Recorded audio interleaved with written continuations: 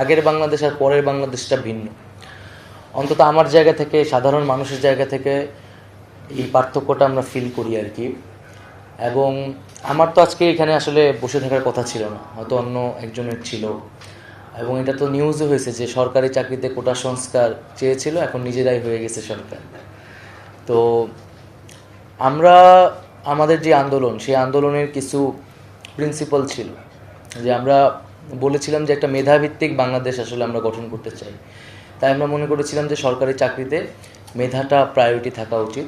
কোটা থাকতে পারে, যতটুকু প্রয়োজন সেতটুকু রেখে সংস্কার করে মেধাটাকেই প্রায়োরিটি দেওয়া হোক, কারণ বাংলাদেশকে এগিয়ে যেতে হলে মেধাবীদের প্রাধান্য দিতে হবে। কারণ আমরা দেখতে পাচ্ছি যে মেধাবীরা দেশ নিয়ে হতাশ, তারা ব্যাপক পরিমাণে বিদেশমুখী, কারণ তারা মনে করছে যে তাদের মেধাটার আসলে যথাযথ গুরুত্ব দেওয়া হয় না বাংলাদেশে, বা তার কোনো সুযোগ নেই।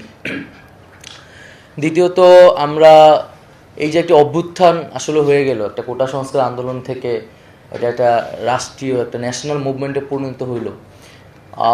এর এর একটা অ্যাসপাইরেশন আছে, একটা আকাঙ্ক্ষা আছে যে এত এত মানুষ আসলে নেমেছে, শহীদ হয়েছে, রক্ত দিয়েছে। বাংলাদেশের ইতিহাসে 1971 সাল একটা যেমন বড় ঘটনা, আমরা একটা নতুন রাষ্ট্র, স্বাধীন সার্বভৌম রাষ্ট্র পেয়েছি, এরকম 2024-এর এই জুলাই অভ্যুত্থান আরেকটি বড় ঘটনা হিসেবে ইতিহাসে আসলে থাকবে। কিন্তু এই ইতিহাসের এই ঘটনাটিকে আমরা যথাযথ মূল্যায়ন করতে পারবো না যদি তার যেই পরবর্তী এই সময়টা যদি আমরা কাজে লাগাতে না পারি। আমরা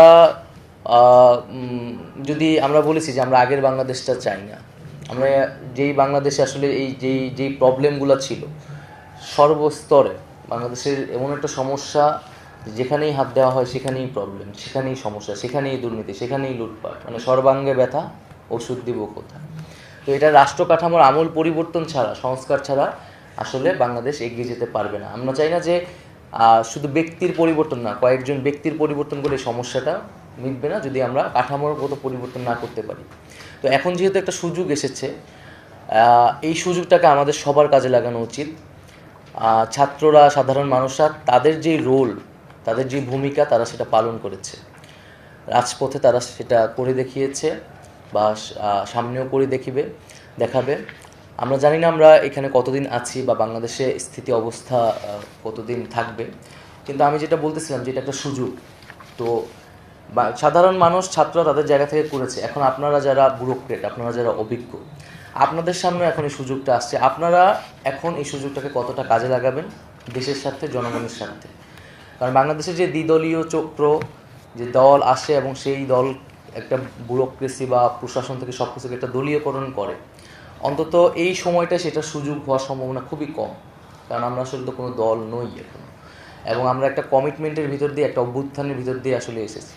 তো এই সুযোগটা এখন সবার সামনে এসেছে যে আপনি রাষ্ট্রের জন্য, জনগণের জন্য যদি আপনাদের সত্যিকার অর্থে কিছু করার অ্যাসপাইরেশন থাকে, সেটা আপনারা করতে পারবেন। আমার কাজ হচ্ছে সেটাকে অ্যাপ্রুভ করে দেওয়া। আমি এখানে এসেছি একটা জনগণ যা চায়, তা সেই সাধারণ মানুষের বক্তব্যটা, তার আকাঙ্ক্ষাটা, তাদের দাবিগুলো আমি এখানে উত্থাপন করব। এবং আপনাদের কাজ হচ্ছে সেটাকে বাস্তবায়ন করা, বা আপনাদের জায়গা থেকে যদি আপনাদের প্রস্তাবনা থাকে সেইটা আমি আমার জায়গা থেকে সেই অনুযায়ী কাজ করব। আর আরেকটা বিষয় হচ্ছে যে বাংলাদেশের তরুণরা যেভাবে জেগে উঠেছে, এটা পুরো পৃথিবীতে এখন এটা নিয়ে আলোচনা চলছে, গবেষণার বিষয় পরিণত হয়েছে। আর পুরো পৃথিবীতেই 90s পর থেকে একটা বিরাজনীতিকরণ যুগ বলা হয়, ডিপলিটিসাইজেশন শুরু হয়েছে, যে তরুণরা রাজনীতি নিয়ে, রাষ্ট্র নিয়ে মাথা ঘামায় না।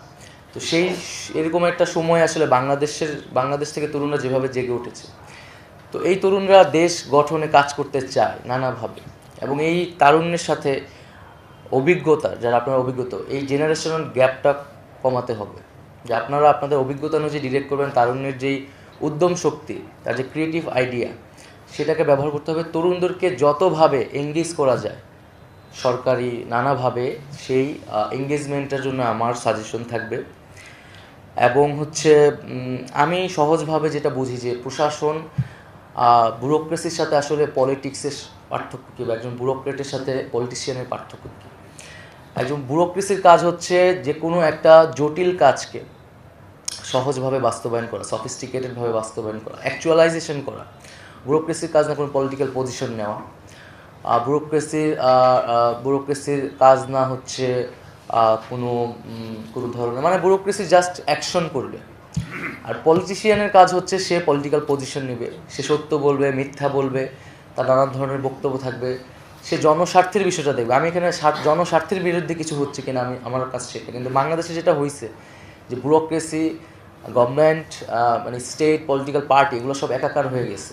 লোকের কথা, রাজনীতিবিদের লোকের কথা মানুষ আসলে পার্থক্য করতে পারে না। পুলিশ কমিশনারের মুখের কথা আর একজন রাজনীতিবিদের মুখের কথা কোনো পার্থক্য নাই, তাদের ভাষাগত কোনো ধরনের পার্থক্য নেই।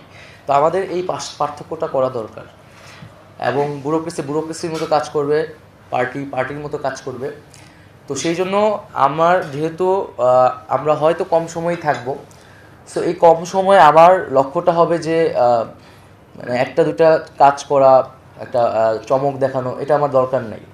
যে কিছু কাঠামোগত সংস্কার যদি করা যায়, আমি বারবার বলছি এটা আমাদের জন্য একটা অপরচুনিটিস, যে অপরচুনিটিসটা হয়তো একটা নির্বাচন আসলে আমরা জানি না কোন পার্টি আসবে, সেই অপরচুনিটিটা থাকবে না। সো এই সময়টায় যে স্ট্রাকচারাল চেঞ্জ, যেটা দীর্ঘমেয়াদী বাংলাদেশকে হেল্প করবে, এই ধরনের প্রস্তাবনা আমি আপনাদের কাছ থেকে প্রত্যাশা করব আর কি। সেই